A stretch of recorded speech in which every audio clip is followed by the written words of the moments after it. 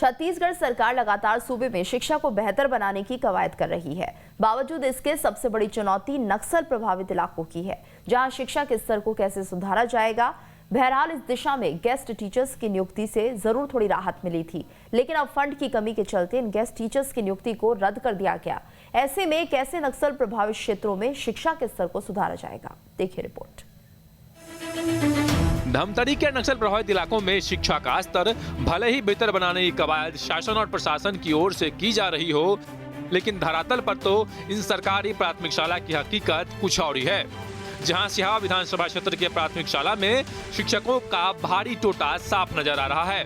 बावजूद इसके guest teachers के कॉन्ट्रैक्ट को शासन की ओर से खत्म कर दिया गया।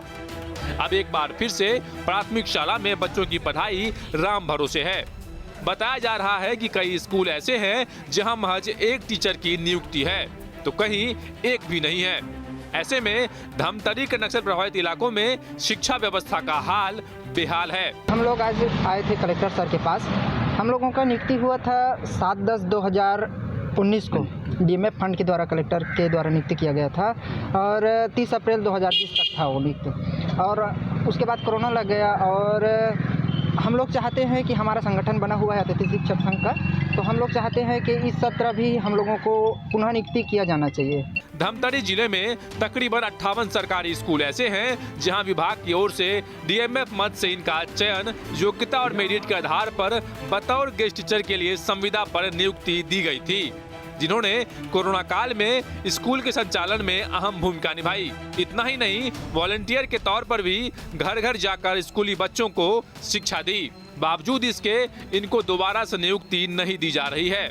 डीएमएफ मद में फंड नहीं होने का हवाला देकर जिला प्रशासन अपना पल्ला झाड़ रहा है। स्कूल ऐसा है, जैसे मैं जबर्रा स्कूल में पढ़ा रहा था, वहाँ पहले एक टीचर था और अभी ऐसा स्थिति है कि एक टीचर था, उसका प्रमोशन हो गया है, तो पूरा जबर्रा स्कूल खाली पड़ा है, उसको फिर से प्रभार के रूप में रखा गया है। ऐसे ही हम लोगों को जो 58 नियुक्त हुआ था, वो सभी स्कूल ऐसे हैं जहां पर टीचर नहीं है। हाई स्कूल वालों का हो गया है और हम लोग का नहीं हुआ, तो इसलिए हम लोग आए थे यहाँ कि हाई स्कूल वालों का कैसे हो गया और हमारा कैसा नहीं हुआ। वो भी तो अतिथि शिक्षक थे और हम भी अतिथि शिक्षक हैं और एक ही साथ नियुक्ति हुआ था, तो फिर इस बार भी हमारा फिर नियुक्ति होना चाहिए।